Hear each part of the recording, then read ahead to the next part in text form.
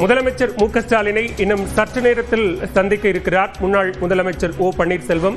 இன்று காலை நடைப்பயிற்சியின் போது முதலமைச்சர் மு.க. ஸ்டாலினை ஓ பன்னீர்செல்வம் சந்தித்திருந்தார். அதனைத் தொடர்ந்து அதிமுக தொண்டர்கள் உரிமை மீட்பு குழுவினுடைய ஆலோசனை கூட்டம் என்பது நடைபெற்றது. அந்த கூட்டத்தில் தேசிய ஜனநாயக கூட்டணியிலிருந்து விலகுவதாக ஓ பன்னீர்செல்வம் அறிவித்திருந்தார். இந்த நிலையில தற்போது முதலமைச்சர் மு.க. ஸ்டாலினுடனான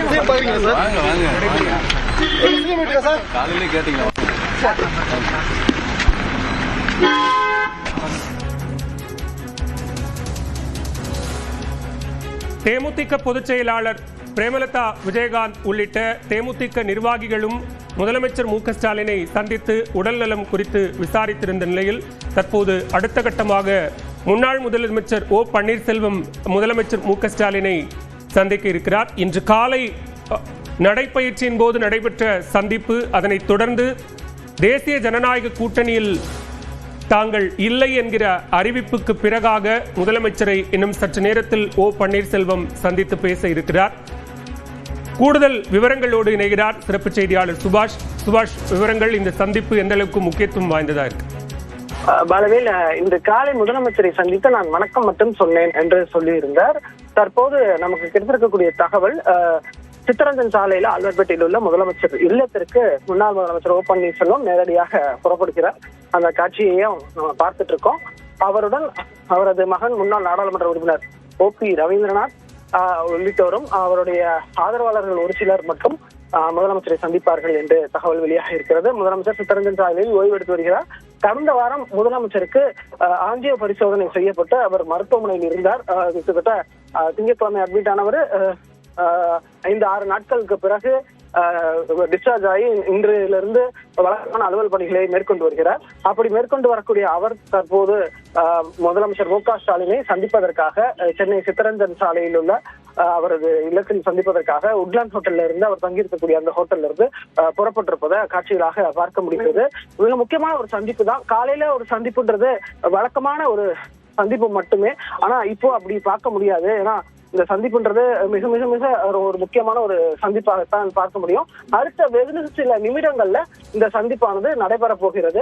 இந்த சந்திப்புல யார் யாரெல்லாம் இருக்க போகிறாங்க அப்படின்றதும் ரொம்ப முக்கியத்துவம் வாய்ந்ததாக பார்க்க வேண்டியதாக இருக்கிறது. இன்று நாள் முழுவதும் ஓ பன்னீர்செல்வத்தை சுற்றி தமிழக அரசியல் நகர்ந்து வருகிறது. தேசிய ஜனநாயக கூட்டணியிலிருந்து அவர் வெளிவந்ததிலிருந்து பாஜகவினர் அவரை தொடர்பு கொள்ளவும் முயற்சித்தார்கள் என்ற தகவலும் நம்ம கிட்ட இருக்கு. ஆனா அது செய்தியாளர் சந்திப்புக்கும் அவங்க மீட்டிங்கு முன்னாடியே அதை பண்ணியிருக்காங்க. இப்பொழுது தொடர்ச்சியா அவர் முதலமைச்சரை சந்திக்கிறார் என்பது மிகுந்த முக்கியத்துவம் வாய்ந்ததாக பார்க்கப்படுகிறது. ஆனால் அவர் உடல்நலத்தை பற்றி கேட்பதற்கான வாய்ப்புகள் மட்டுமே அதிகம் என்ற தகவல் நமக்கு இருக்கிறது.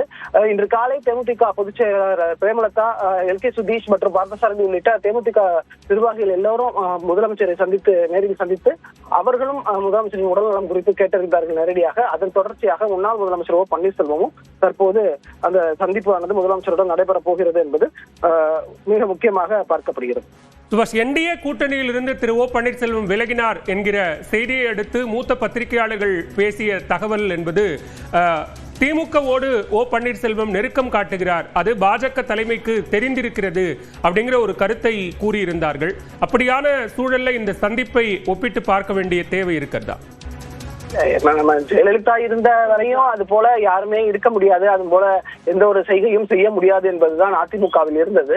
ஆனால் தற்போது ஓ பன்னீர்செல்வமே அதிமுகவில் இல்லை. அதனால அதை பத்தி பேசுறத எப்படி எடுத்துக்கிறதுன்னு தெரியல. இல்ல அரசியல் நாகரீகம் கருதி ஒரு மூத்த அரசியல் தலைவர் என்ற அடிப்படையில், முன்னாள் முதலமைச்சர் என்ற அடிப்படையில் இந்நாள் முதலமைச்சரை சந்தித்து ஒரு ஒரு உடல்நலை குறித்து கேட்டறிவது என்ற நோக்கில் தான் அவங்க பார்ப்பாங்க. நம்ம இப்போ செய்தியாளருக்கு கூட மறுபடியும் கேட்ட முதலமைச்சரை சந்திக்க போறீங்களா அப்படின்னு கேட்டது கூட அவர் என்ன சொல்றாரு, நாங்க போயிட்டே இருக்கோம், போறோம் அப்படின்றத நேரடியா அவர் சொல்லல. அவர் சொல்றது நீங்க காலையிலேயே கேட்டீங்களே அப்படின்றத மட்டும் சொல்லிட்டு போயிட்டாரு. சுபாஷ், தொடர்ந்து இணைப்பில் இருங்க. நம்மோடு